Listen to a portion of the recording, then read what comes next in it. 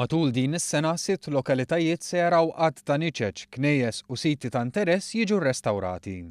Inizjattiva bħala parti mill-iskema għal ħarsien tal-wirt storiku mid-Dipartiment tal-Gvern Lokali flimkien mad-Dipartiment tar-Restawr.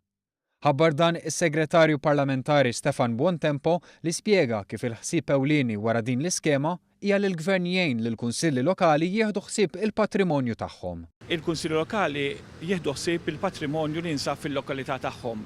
Din hija skema speċifikament miftuħa għal Kunsilli Lokali, għal din l-iskema tal-lum applikaw 30 proġett u ntażlu 6. Is-siti li se jibbenefikaw minn din l-iskema huma in-niċċa ta' San Michele Arkanġlu ġewwa Żurrieq, in-niċċa ta' San Giuseppe fiż-Żejtun, il-mina ta' Hompex f'Ħaż-Żabbar, il-Knisja il-Qadima ta' Sant'Anna f'Marsa Scala, il-Pont Prince of Wales f'Taslima u l-Knisja ta' Sant'Antnin u Santa Katerina ta' Birkirkara.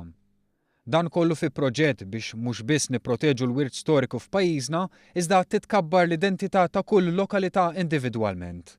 Il-perit Ivana Farrugia mid-Direttorat tar-Restawr għaltilna kif dan id-direttorat se jkollu f'idejh dawn il-proġetti kollha mill-bidu sal-aħħar. L-istess periti jsegwu x-xogħol li jkun qed jitwettaq bil-ħaddiema tat-direttorat, jiġifieri il-ħaddiema tagħna stess li għandhom esperjenza u l-unġunat għandhom ċertu anke kwalifiki fir-restawr ikunu qed iwettqu huma direttament ix-xogħol fuq dawn is-siti. Għalhekk permezz ta' din l-iskema f'dawn l-aħħar sentejn se jkunu ibbenefikaw 11 lokalità fejn b'din l-għajnuna mill-Gvern se jkunu ħadu ħsieb ta' dawn il-postijiet ta' interess filwaqt li saru xogħlijiet sewja biex ċertu wirt ma jintilifx.